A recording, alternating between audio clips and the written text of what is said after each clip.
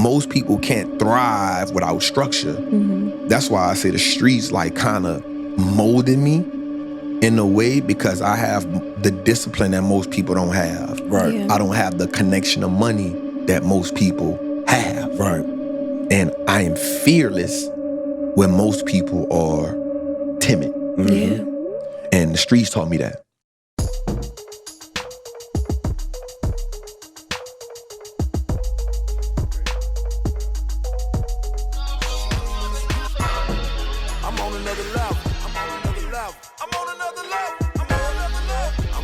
What's up, y'all? Welcome to another episode of the Next Level Living Podcast. As my homie Mike would say, your favorite podcast. Favorite podcast. You feel me? Ranked I'm number one Jeremy podcast Anderson. You know, amongst anybody who likes the podcasts. number one podcast. You know what? Kick it to Chris. Give it to him, Chris. Give it to him.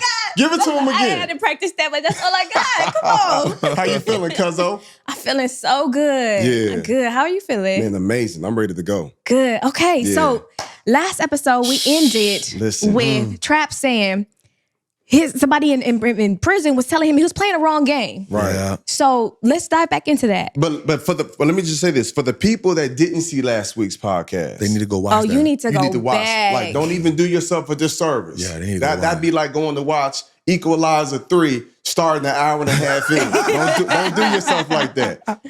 Seriously, go back, watch the first half, right? Because this brother that we interviewing, my brother, my Yeah. partner, my friend, we've been building for years. Yeah. He went from New Orleans, Come on. poverty, Yeah. crime, robbing folks, hustling, moving work, father not his life, mom in the struggle, family in prison, like a lot, to armed robbery, attempted murder, 10 years in prison at the age of 16, but now multi-millionaire, super successful, trading on the stock market. My man in the New York Times, NASDAQ, Billboard. Y'all better stop playing with my dog. Y'all better stop playing with him. When I saw you on the NASDAQ, Billboard in Times Square, ringing the bell like the stock market, like, yo, it's Hold different. up. On the Breakfast You Club, dropping like, stuff I ain't even know. man, listen to me. I'm a brag on my boy. You know what I'm saying? Like, he's a giant in this space, and he's changing thousands of people's lives. So you talk about a bounce back, comeback story. So we about to give it to you now. So if you didn't see the first part, Yeah. Yeah, you got to get this context. Go back, please. don't play yourself. But that intro, Cole, that was better than the first one, bro. Right. You know what I'm saying? I'm evolving. You know what I'm saying? every It's like time, you man. speak or something for a living. But you make it, but honestly though, bro, you make it easy. Yeah. You know what I'm saying? Like, because of who you are. And these are the things that impress me. You know what I'm saying? But again, for the record, I'm not just impressed by the NASDAQ, the billboards, bro, I'm impressed when you went to Instagram and was like, yo, but look at where I was years ago working the power plant. Working 12-hour shifts. Yeah. I'm impressed by that too. I'm impressed when you say, yep, I turned down this opportunity. I'm spending time with my daughter. Yeah. I'm impressed when you're like, yep, this is my monthly trip to the Potter House in Dallas to spend time with TD Jakes. You know what I'm saying? I'm impressed when you make them type of moves. Yeah. When you in the community, out in the hood, teaching people financial literacy in the stock market game. You feel me? Like that. When you tell Instagram, you know what, I'm about to do counseling, I'm about to do healing so I can heal my heart, so I can find my queen. Like, but that stuff most people not doing and not sharing. Yeah. And that's why you in my home, bro. I appreciate why that. you in our studio. I appreciate that. It's a sanctuary. Yeah. And so, man, we excited. With all that being said, Yeah, man. I'm feeling good. what did Buddy tell you? So You he was just playing? like, man, you playing the wrong game. And that kind of resonated different to me. Because you 16 years old, I'm just got 16, jumped in prison, And all I know is the game. and a white dude telling you playing the wrong game. All I know is the game. That's all I know. Yeah, I straight don't know up. nothing else. I think at that point, I don't even have too much value for my life. 'Cause I think, one of the things that being in the streets, like it doesn't get, you value the street more than you value you. Right? You value what comes with it. You value, and let me make it clear, like I wasn't like a big meech or nothing like that, bro. Like I'm a local dude in the city. Like I'm, getting a QP, getting a 9-piece here and there. I make $5,000, $6,000, $7,000 a week. I'm all right. Once I pay the plug, I got re-up money. I go buy me some G Nikes, some Jabos, some white t-shirts. Like I'm good. I get me a hotel every week. I'm straight. Like I'm living a good life. Bought me a Delta 88. I'm sweet right now. You know what I'm saying? Sure. So you value that. You wake up every day like, all right, today I can go to prison. Today I can get killed, but bet, strap up. You know what I'm saying? So you don't really have no value on your life, and you don't really think outside of, I just want to sell as much dope as I can. Like, I ain't got no ideas. Like, in my mind, the only way to be a millionaire is selling $1 million worth of dope. I'm just keeping it real with you. I'm 16. And you chase the money so much that you're not even, there's like no consequences. Like, how is this affecting the community? Nah, you ain't think about none of that. Because in my mind, the way it affects the community is when I see the old lady, I help her with her groceries. When I see somebody need a bill paid, I help them pay their bill. I see some little kids may need some tennis shoes, I pay for the tennis shoes. I see some little kids need some stuff at the grocery store, somebody want to buy a cold cup, I pay for that. Because the OGs and the hustlers in my hood, that's how they help their hood. You get big enough, you sell enough dope, you do a turkey drive. You do a toy drive. That's what you do. When you make it, when you the big dope dealer. So you had to unlearn to relearn. Man, I ain't unlearn that till I come home from prison and straight up caught another charge. Straight up. Because I wasn't entrepreneurship. Even when I come home from prison, bro, I'm gonna be real with you. Like, my life was revolved around hustling. Straight up. Like, I ain't want to do nothing else. So when he said, okay, you playing the wrong game. Yeah. You said, what you mean? So I said, you in here with me. What the hell you talking about, bro? But I had a red band on. And so New Orleans, a red band mean attempt murder, armed robbery, kidnapping, carjacking, something like that. But he had on a red and white band. So that means you in the feds. Immediately, like in prison, that's like a hierarchy. Like, oh, you in the feds or you know something. What you know. What you did. Immediately you associate with being in the feds with you moving some money around or you moving hella dope. And so I either look at him as a plug or you doing some white collar stuff. Some stuff that I ain't know nothing about. So we just started talking about that and he was just like, nah, bro, like, you playing a game that this gonna lead you here. He like, bro, how much time you got? And at the time I was fighting, I had just caught the 10 years. He was like, you did 10, you about to do 10 years for how much money? I'm like, shoot, it wasn't nothing but a couple $1,000. Shit, you know what I'm saying? Right. He showed me his rap sheet. His thing got 2.8 million embezzlement, 800,000 restitution. You keep 2 million. I'm like, bet how I play that game. How I play that game. That's the one I want to play. Facts. I ain't even tripping. So mind you, my mindset ain't my mindset is how do I switch from this criminal activity to that criminal activity? You know what I'm saying? Like that, I just want to switch the type of criminal I am. I don't want to switch being a criminal. I just want to switch the make crime more money for the and effort do I'm less putting in. time because he only doing 18 months. He was like, bro, I'm about to go home. I'm about to do the 18 months. I'm going to go home and still got 2 million. You still going to be doing this 10 years. And if I come back and fight the charge, if I do it again and I come back, the most they can give me is 10 years. You still fighting the 10. You're probably going to go home, do the same thing again and come back and catch 50. Sheesh. When he said that, it was like, oh, you're right. Because mind you, at 16, in my mind, I'm already thinking I could do another Joe's. I got another 10 years in me. Now, that may sound crazy to the people that's listening to this, but that's normal. That's typical conversation in prison. Like, all right, I could do this dime. I'm going to come home. Again, I don't got no self-value. Right. I could do another 10, 15 max. I come home, you start adding, I come home about 40. I still got about 30 years of life in me. I'm good. Bro, that's crazy. It's easy work. Wow. Yeah. I could do this on my head. And so he helped to reshift. So he just planted the seeds. He was like, man, listen, wealthy people, and he gave me these rules. He was like, wealthy people learn how to make their money work for them. They start working for money, and then they give value to people. And I was like, what the hell is that? What? Man, you tripping. But the most amazing thing to me was, just before Instagram, bro, and he showed me, one, you show somebody a rap sheet in prison. That's how they know you ain't no rap, no raper, no nothing like that. But then he showed me these pictures, man. Now, these Kodak pictures. So this. Yeah, you gotta blow them. And there's one picture, still, I gotta go there. It was in Iceland. And mind you, bro, I'm not a project baby, but I'm a hood baby. Right. You feel me? Right. So me leaving outside of New Orleans, the only time I ever left really out the state was when I went by my uncle in Delaware. Right. But this dude showed me a picture of him in Iceland, and it's the spot called a Blue Lagoon. And this picture is vivid in my face now, 25 years later. He was sitting in the pond or whatever that was. They had steam coming from it. He had a champagne bottle. His wife was on side of him, and it had mountains behind him. And in my mind, how does mountains and hot water Coexist. be in the same picture? Yeah. Right. Like, and in my mind, I'm like, bro, how the hell? Then he got the champagne. I'm with like, his bro, wife. how the hell you got hot water? I'm like, that's water hot or it's cold? He was like, no, the water like 90 degrees. I'm like, what? I'm like, bro, they got mountains behind you. He was like, yeah, you playing the wrong game. And in my mind, bro, like that was the most profound thing I had ever seen in my life. This white man who was a criminal like me, got a bottle of champagne, his wife on the side of him.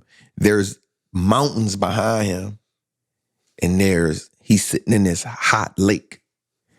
That was the you playing the wrong game moment. It ain't had nothing to do with the money, the stuff he was talking. It was, bro, I ain't been outside of this. Yeah, straight up. You know what I'm saying? And so that was kind of over the next 45 days, bro, we just talking. And he just put me on game. I'm like, all right, white people do this, but he ain't saying that. He like, wealthy people do this. And my mind, like, white people do this. The white people do. I need to play the white people game. Right. So then I go to prison. I start a whole enterprise up there, bro, like doing tickets, like how they got FanDuel and stuff right now. I was doing that in prison. I was talking to my partner the other day. I was like, bro, we've been doing this since 2002, 2001. So I had a ticket line called Braveheart. And I met this white guy named Chris Kellogg. He was a UConn fanatic. And I used to buy his USA Today paper so I can do the numbers for my tickets. This dude named Danny Sheridan did the numbers. And so one day Chris Kellogg told me, he said, bro, you buy the newspaper from me, you watching the stock market, but why you don't never use the business section? You always take the sports section. Because I would buy the sport, I would throw the rest of the paper away. Ooh. I just need this. This is the only part that matter to me, the numbers, bro. I need the line. He was like, bro, everything you're looking at on the TV when you watch the stock market, because I used to have fights behind the stock market. Right. Them dudes don't want to watch The Young and the Restless. I want to watch the stock market. I had multiple fights behind that.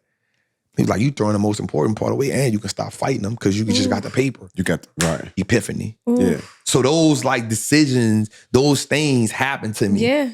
In the course of my bed that made me start to like pivot. Just the mindset of what it could be. Not quite sure how. Not how, so but you just get like out, that. So- you working. Go ahead. Yeah. And I was going to say, okay, so I'm going from that moment to like taking your first step to start a different path. What was that like? So I come home, and again, I still want to be in the streets. So in my mind, like, yo, I'm going to take this dope money, put this dope money in the stock market. It ain't had nothing to do with going to get no job. Did you know, you didn't know what to do though? You was just like, Well, I was studying it in prison. So I went to reading a book. Okay. So I picked up one of the best habits I picked up in prison outside of working out was reading. Like that is the greatest habit that still sticks with me now. And I started. Let me just say this. That's real, because when you came here, what's the book you read now? Identity Leadership. Right. And the picture you just sent me when you was in what island? Where was you at? I was in St. Lucia. St. Lucia. Yep. So Leadership he sent me a principles. picture of the water and the scenery, but I see everything. Yeah. So I see the book next to his plate of fruit. that part. Tell him about the book. Leadership Principles of Jesus. Come on. So I screenshot the book. I'm like, Trey, buy me this book. So I'm just sharing that with the folks like, yo, this the no cap zone. Yeah. Like he really is 20 years later still reading. Yeah. Hella successful. Yeah. On all these levels, but he's still growing. That's the next level way. I think Go I probably ahead. read like my goal, I read 2 books and 1 audio a month. Yeah, I love it. That's my, if I don't do that, I feel like, dang, I wasn't in control of my month. You know what I'm saying? That's good. That's important. So I'm reading it. And so now, again, we talked about this. One of the reasons why I can play the market the way I do, like I just told y'all, like I lost 60 grand like last week. I was like, yep, let's keep playing the game, because the market and the street are identical twins. And so I don't have a fear of losing money. I just love playing the game because it's familiar territory to me. It just reminds me of the streets. This time is even better because I can't go to jail. Ain't nobody trying to kill me. Ain't nobody trying to rob me. I'm just losing a little money. Shoot, they print money every day in that thing. I just got to keep playing. So I was, just putting the drug money in the stock market.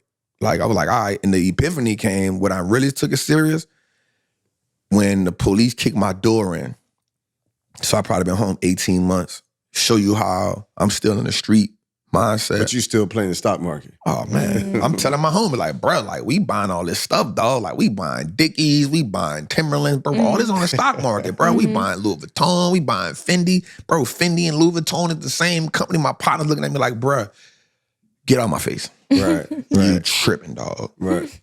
So I opened up this E-Trade account, and it crazy. It baffles me sometimes that people don't know how to do, like open up an account, but I don't be tripping. But for me, I was always I'm a figure it out kind of person. Like nobody taught me how to cook crack. I learned how to cook crack by messing up crack. You know what I'm saying? Nobody taught me how to like deal with heroin. I messed up some packages, and I'm like, okay, this how I go. You know what I'm saying? And so my dough get kicked in, and when my dough got kicked in, they took my Escalade, they stopped my money in the bank, but they didn't mess with my stocks. And that, for me, and people it's gonna sound weird, but I felt like, damn, bro, y'all think why y'all? It's crazy because I'm mad that they didn't pay me for that. Like, I'm mad that you ain't think I was equipped enough to play that game. And that kind of like pissed me off. Yeah. You feel me? Like, and it may sound crazy, but I was like, yo, freeze the stocks too then. Right. Yeah. But in my mind, it was like, oh. They're not even seeing that. So this hit me with this book in prison I used to love when it first came out, The 48 Laws of Power, was like, it's okay to play a fool. Like, it's okay to play the fool. Yeah. That's your advantage. Straight up. That's your advantage. So I was like, oh, they think I'm stupid. Okay, but I am stupid. I'm stupid because when the people kick my doing, the man kick the doing, and the man said, you watching the stock market, you selling dope, bro, you got to be stupid. He tells me this. Straight up. Wow. He like, you watch, because when they kick my door, the market is on. Wow. Yeah, straight up. The market is on. Straight up. He was like, yo, you got to be stupid. Straight up. And so in my mind, I was like, I'm playing the wrong game. I was like, so is that when you got out and then you started working the power plant? Yep. And now you start taking legit money? Nope. I wish it went that way. Okay. That's when I started robbing. Start robbing. I started robbing because I don't got no money. It cost me $60,000 to fight that charge. That was all the money I saved up. And I was like, nah, I ain't about to let them catch me like that. Like that's, because now, if I go to jail now, I need bond money. I need lawyer money. The worst place to be is back in jail and you can't bond out. Oh, you about to, nah, we not about to do that. And the last thing I won't do is have my lawyer fighting these two charges and I ain't got the money to help me fight this other charge. So I'm like, nope, we ain't about to do that. So we're gonna just start robbing dope dealers. Because rules of the game is, you never rob or do nothing to somebody who ain't signed up for the game. So if somebody working a 9 to 5, bro, they off limits, bro. Like, they ain't signed up for that life. You know what I'm saying? But if somebody sell a nickel bag, they signed up for it. I just want to sell weed on the side. Bet, rob. Yep. You signed up for it. It's crazy how there are morals to the game. It is. Because all the doors I kicked in, I never kicked in just the average hardworking that worked for a company. They had to work. Yeah, you ain't signed up for that. They ain't signed up for that. And my OGs told me that. So I live by a certain kind of rules. I think one of the issues now is young dudes don't have nobody to give them the game. Thanks. But I lived by a certain, like if a dude with his wife or with his girl, like somebody killed my homie, he had his little one in his hand. Like, there ain't no rules to the game, bro. Like, you don't do that, no matter what that is. So there was a different set of rules I lived by. And so I was like, if you sign up for the game, you'll bet. Right. You a tuna fish, I'm a shark. Let's play. That's it. And in my mind, it was like, you ain't gonna tell the police. So I did that for a little while, and I was really good at it. And then I was known by a couple of my homies as like the mastermind. Like, yo, free to put a play together. We can hit for 10, 15 bangs. We good. And so the last play we did, me and my homies, it just didn't go that way. Like another situation where I'm in there, we in the safe, my homie missed something, turn around, dude got the 12 gauge to my head. I turn around, I see it, I say, damn, I'm about to go out like this. Damn, it's over for me. Guy with me again, my homie, Calvin Deal, he wound up passing away in prison. He was like, dog, check this out. I can't stop you from shooting my dog, but if you shoot him, it's gonna be 2 dead people right here on the floor. Cause I'm gonna kill you too. Cause you only get one shot with that. You only get one shot with that. Bro, dude, let me go. And that was when I got out. I told my dog, I said, bro, like, man, I'm straight, dog. Yeah. He was like, what? Man, you tripping. Bro, that come with the game. That's what we do. You know what I'm saying? You know, saved my life a million times. That's what we do, bro. Man, don't do that. I was like, nah, bro. I just got found out guilty. Yeah. We both just did 10 years. And this, I'm like, bro, I'm out. Yeah. I'm like, I'm good, dog. Yeah. That's when I start taking ironwork and serious. Okay. And I start really saying, like, I need to make this game work for me. Yeah. Like, I know it can work. Yeah. So 2014, I just like sink my claws in. And the stock market started like making sense to me. That's when you was working for the power plant. I'm working in the power plants. I'm building stadiums. I'm locked all the way in, bro. And then you put that money in the stock market. 70%. Hey, what's up, y'all? Jeremy Anderson here, founder of Next Level Speakers Academy. And look, we're always looking to see how we can take to the next level. Me and my team have been meeting, and we said, man, how can we enhance the experience, right? How can we put the people within our community in the best position to get as many opportunities to speak and share their gift and their message with the world? I am pleased to announce that we have just launched our Next Level brand studio. For those of you all that's in the Facebook group and online and send me DMs, Jeremy, who did your website? Who does your branding? Who did your EPK? Who does your reel? We now build a team of people that's been working with us for years that's now going to work with you. So for those of you all that want a brand, right? You want a real custom logo and an EPK and business cards. You really want to put yourself in the best position to really be taken seriously. We've got the opportunity for you, right? For those of you that said, man, I need a website that's nice like yours, Jeremy. I don't have as much content, but I got enough to get a really strong website to put me in the best position. Man, we've done so many websites. We've got the team, the crew ready to support you. For those of y'all that realize people don't want to book speakers who are trying to be speakers, they want to book speakers who are already speaking, and you understand the importance of having a real polished and powerful professional speakers reel. Man, we got the team that's been working with me for over a decade, and now my team is your team. So whether you need a brand, you know, a branding and a logo and EPK and all of that, whether you need a brand new website, whether you need a speakers reel, Next Level Brand Studio is the go-to place for premier speakers like you. It's ready to take your message and your brand and your story to the next level. When did you get to a point where you was just like, yo, I'm a millionaire? Probably when I quit the job. I'm sleeping on my auntie's sofa. Come on. Humility. Yeah. Come on. I was like, like they wanted me to cut my beard. I was at the power plant. I was like, man, I ain't cutting my beard, man. Y'all tripping. Y'all on some other stuff. And so I was like, man, I quit. So I called my daughter mama, and I was like, listen, I was giving her like $500 a week, plus I was paying for school. My daughter's school. I said, listen, I probably can't give you the $500 a week no more, but I can still afford to pay for school. I had just got my first Amex, because I'm going to charge it on the Amex. You know what I'm saying? I got a month to pay that back. And she was like, I bet. And then I called my aunt, and I was like, Mom, man, let me sleep on the sofa for like a year. She was like, why? I'm like, man, I got an idea. She was like, Right. That's the New Orleans ain't straight up. Straight up. She was like, what? I was like, Ma, I got you. She was like, all right, cool. And she told me one thing. She said, if you come sleep on my damn sofa, you better stick to it. I was like, I got you. And so I took that time, bro, and I just focused on the market. I focused on myself. And it just, my life just, like, I think everybody should find that one thing in their life that they go all in on, and you don't second guess it. Right. I believe that you can't lose. Straight up. Yeah. Like, it may not come to you when you want it to come, but it's going to come. Straight up. Because the job got in the way of what I really wanted to do. Absolutely. You know what I'm saying? And so people always ask me, like, Trap, how much? I'm like, it's not a dollar amount.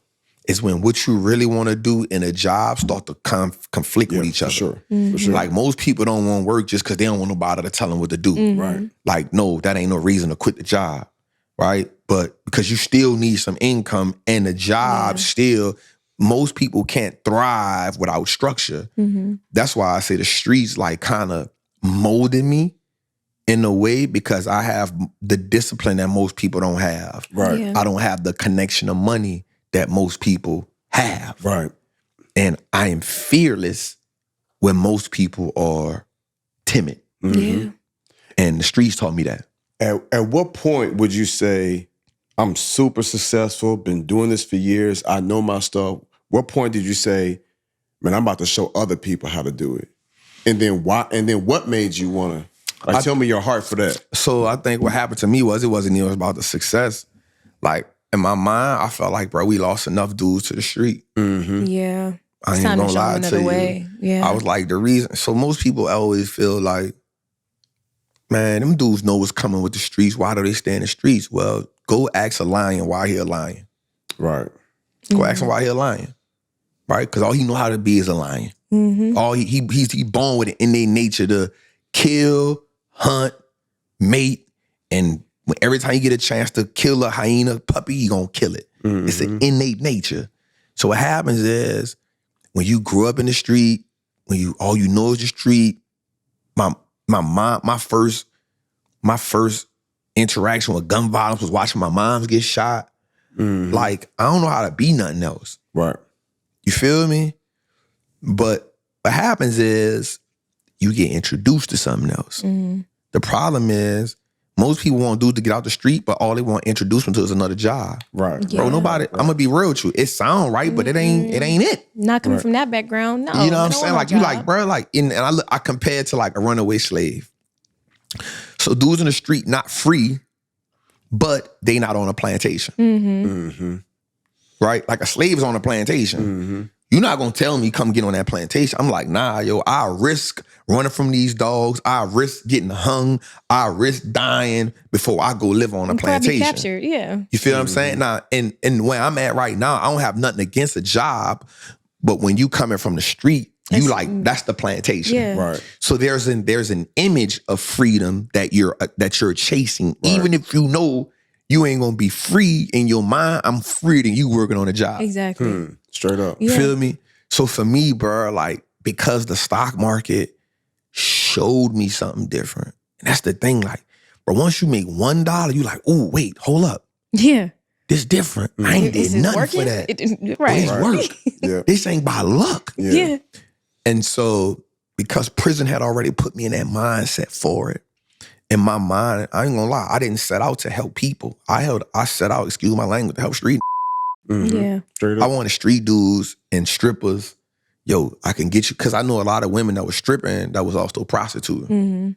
And I think God blessed me with this compassion, bro. Come on. Yep. Like I just, like one of my partners told me this one time, his name Greedy, he was at my last tour date. He told me this a long time ago. He said, bro, you really a nerd in a street dude body. Nah, and at first I'm like, That bro, makes what? sense. No, that He makes was like, sense. nah, bro, you a nerd. Like Yeah. if you didn't go through those circumstances in life, that wouldn't have been your life. You feel what I'm saying? Because I'm super intelligent and I got, like one of the things a lot of street dudes have is they got a black heart. Remember, we talked about that. But circumstance make you callous like that. But even through that, like I had compassion for like seeing my, like I got tired of saying, yo, I'm this age, I done been to more funerals than weddings. Right. You know what I'm saying? Yeah. I done seen too many debts. Like I'm like, nah. So in my mind, the stock market was a way where I can still give a hustler, a street dude, that same hustle, but he could do something different. I can show somebody who in a strip club dancing, like, yo, you don't gotta sell your soul if that's what you doing. Yeah. Like you just dancing, I ain't tripping on a hustle. But if you doing the other stuff, I got something else for you that's still gonna bring you some good money. And now you can sleep good at night. So that was my whole thing.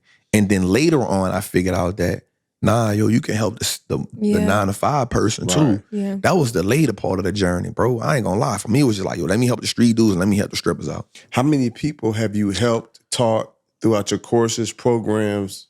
What where you at? Man, I don't even know, bro. And I think because I don't keep numbers, but I do know this. I do know this. I went to Egypt. I was in Egypt. A woman paid for my dinner in Egypt because she was like, you helped change my life. Come on. I just come from St. Lucia. On the way to St. Lucia, the dude was like, yo, bro, you changed my life.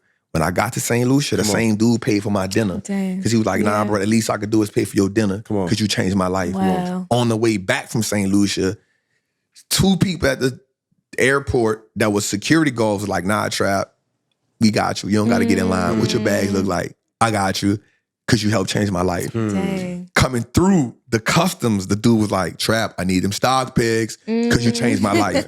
I'm waiting in this and that, this all from the airport. Yeah. I'm getting my bags. I'm walking. I'm like, all right, let me call the Uber. I'm like, let me go walk to Starbucks. The dude like, nah, Trap, what you want? I got you because you changed my life. So I don't, if I had to give you a number, I wouldn't know. What I will say is, from the time I leave my house every day to the time I get back home, at least one person gonna say, yo, Trap, boy, you changed my life. Wow. The impact of that was I just did a 6-city tour by myself, no headliners, no nothing. We did between 500 and 600 people per show, just me for 4 hours. So if I had to put a number on it, I don't know a specific number, but I know it's bigger than I ever thought it could be. Okay, so I have a question.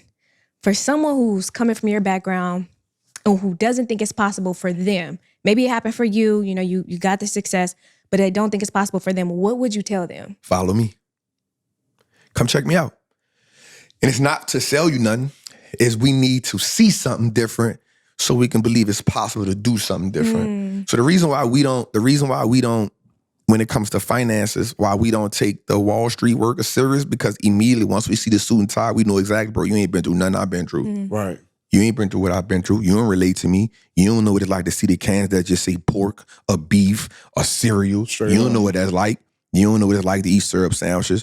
And even if he did, we already disassociate him with that because he got a suit on. The only people we know that wear suits, lawyers, pallbearers, judges. Ain't no, like, bro, you teaching me about money, man, you don't know what I've been through. So for me, it's strategic that I wear t-shirts, hoodies. You know, I wear some dope shoes here and there because when you see me, you like, yup. That's he speak it. Right. Even when I talk about finances, I don't change up to their lingo. I speak it. We trapping. You know what I'm saying? Like you gotta recalibrate the portfolio, family. Man, you ain't using all 4 corners of the bag, bro.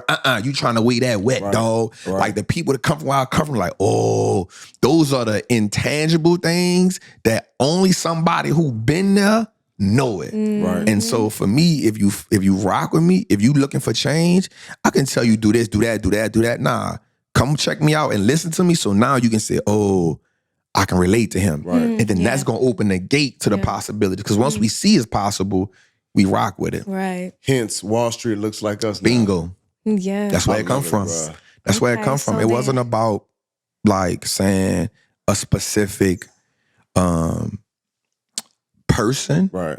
But it's an economic class, right? Because even if racism is real, but classism is even realer. For sure. Yeah, for sure. You know what I'm saying? So when I say Wall Street looks like us now, even when I grew up, bro, there was Spanish people in selling crack and dope. There was white people because wealth don't care what you look like, but poverty don't either. Right. So for me, it's the working class, the middle class, the hustlers, the dope dealers, the jackers, the kidnappers, the prostitutes, but also the 9-to-5s, you know what I'm saying? We left out the wealth game. So for me, it's like when I say Wall Street looks like us now, though, it's all us. Straight up. It's all us. I love it. Yes, sir. So then, all right, what does your next level look like? That's what we doing? That's what we doing. So I think my next level is me being like a world leader. So I follow people like Jeremy, E.T., T.D. Jakes. I follow them because those are men. And I told you Malcolm X was my favorite black man of all time. I like to model myself after the men who I already know have tapped into greatness. And so when I talk about, I got to go to therapy, when I talk about I got to get right within, because all the men who I know have achieved greatness, they had God first. They were purpose driven.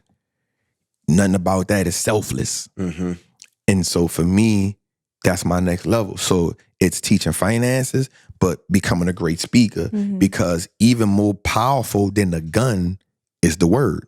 Oh, you close. You there. You feel me? And words move people. Yeah. People Violence moves people out of fear.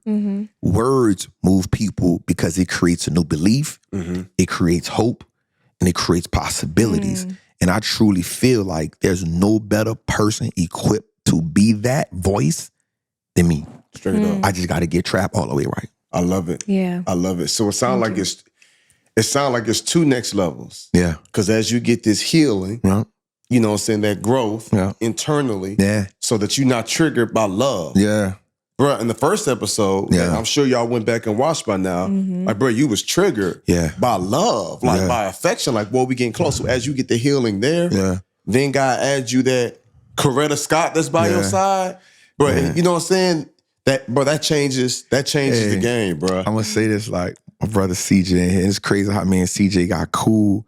Cause like some people come into your life and like you kind of, like, as soon as you meet him, you feel like, damn, I've been knowing this dude my whole life. And you just met him. You know what I'm saying? There's different vibes. And so I remember I called C one day and I said, C, I was going on this. So I go through phases in my life where I just want to like be super disciplined. And I say, C, I gotta call you, bro, because like I'm fasting from sex right now, C.